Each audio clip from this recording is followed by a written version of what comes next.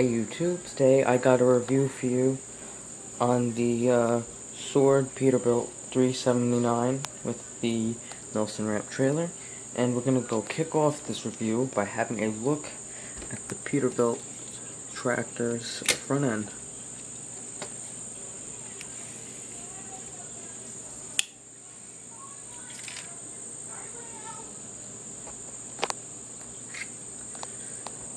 This tractor has a very nicely detailed front end. So you have your front fender, you have some floodlights down there too. Oops, sorry about that, guys. And then you have your etched through grille. You have your Peterbilt logo under the lights. Then you have your lights and your signals. Same on the other side. And there's the Peterbilt logo, the Peterbilt hood ornament, and then you have a very nice nose shield.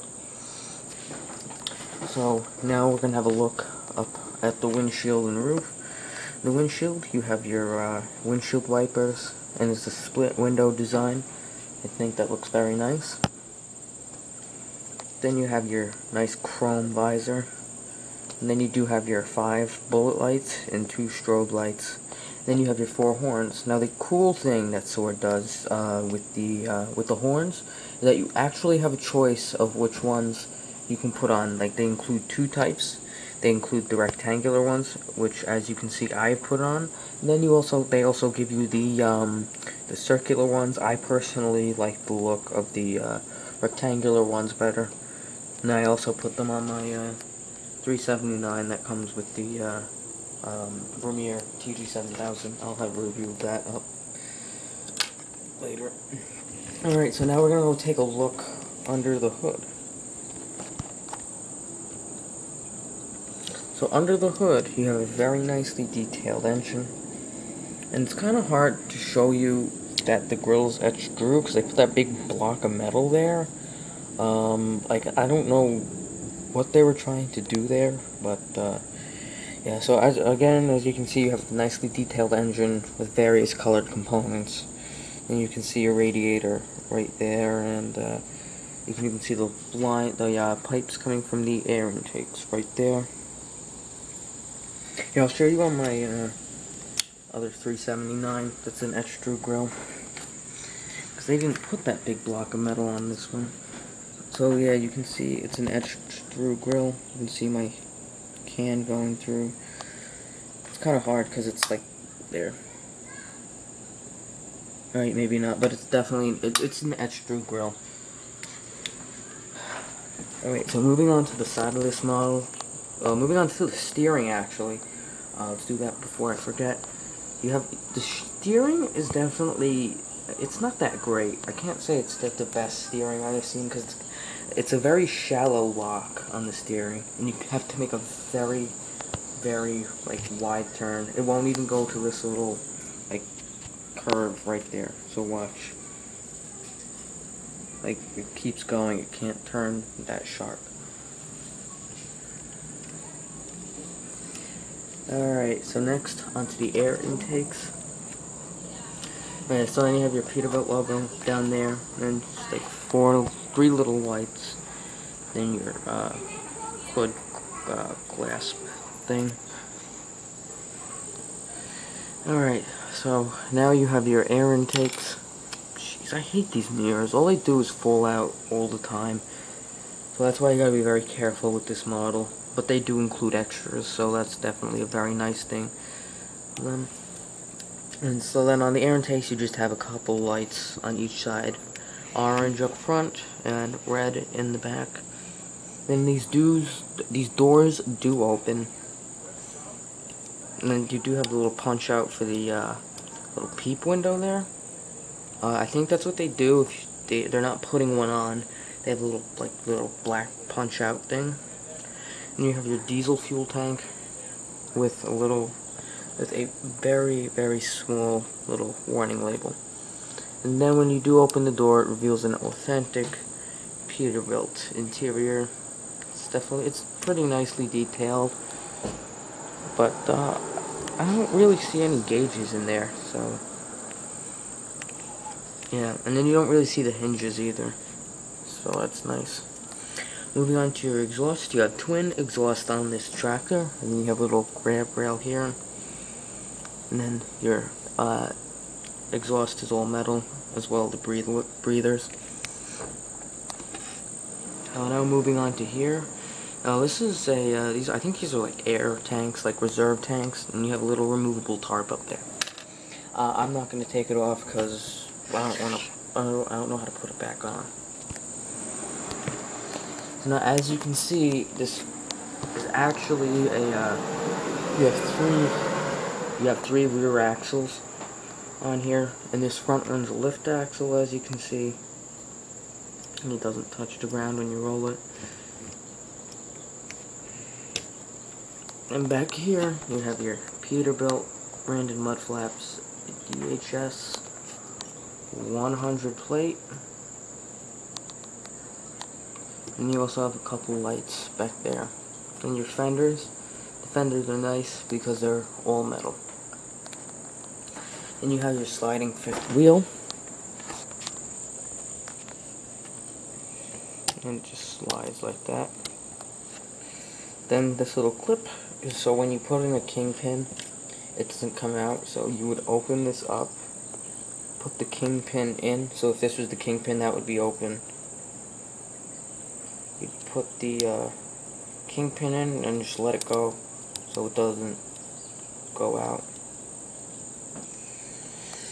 So next you have your three airlines. I believe that blue and red are air, and green is definitely electric. Now under this little box right here, you have your lift axle stuff, like how that works. I'll show you in a minute.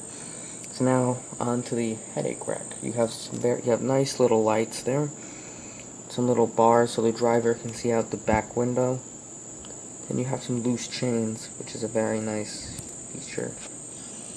And you also have some little ratchet things here. And you also have the pogo stick to go put your airlines in. But sadly, you can't put the airlines in because the pogo stick holes are just a little too big.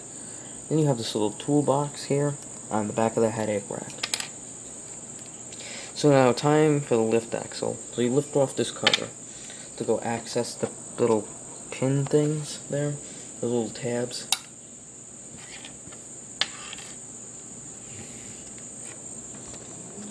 So as you can see, you got your little tabs. So what you would do to go put this down, because I like to keep it up on this tractor since it's not loaded, so since it's not loaded, I keep it up. And the lift axle is actually not so you can carry more. It's so you can, like, if you're really heavy, you can evenly distribute the weight throughout your the tractor more.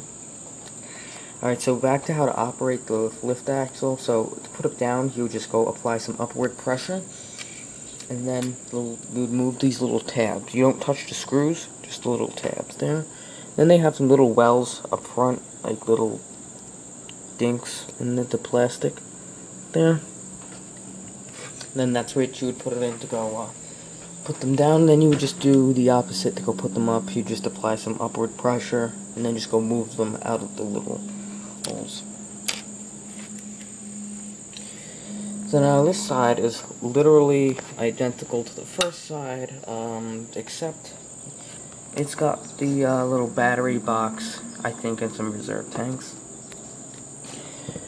And then you have another diesel fuel tank with the same warning label as before. Alright, so now we're finished with the truck, and now I'm going to move on to the trailer. Nelson wrap trailer. Okay, 20% battery. Alright. So, I have to go charge my iPod after this. So the Nelson ramp trailer is one of my favorite trailers. It's very nice. You've got all your little hook eyes, all your little tie-down points, your DOT taping, and a little warning label. And it is a tri-axle trailer. And then on this side you have the little thing that you twist, like that little bar you twist to go put down the landing gear. And you've got the Nelson logo. And you have a small light there. There's a couple other lights. Now this part I find very interesting. You can actually remove these little deck panels. See the inside. I think this is this might be a hydraulic pump because the Nelson, like the ramp, is operated by a hydraulic cylinder. And then you have the top of your kingpin. Now the wood decking on this model is definitely replicated quite well. It really does look like the real wood. And they even put some like dirt in there, so it looks like it's been used. And I think that just really adds to the realism.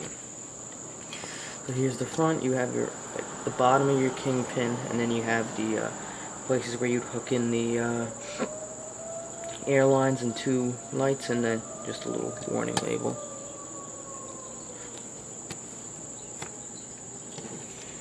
I'm going to show you how the landing gears work at the end. Then you'll have the another light with some more strapping eyes, so tie-down eyes. Then you have the Nelson ramp and some more DOT taping. This trailer does have very nice suspension on it.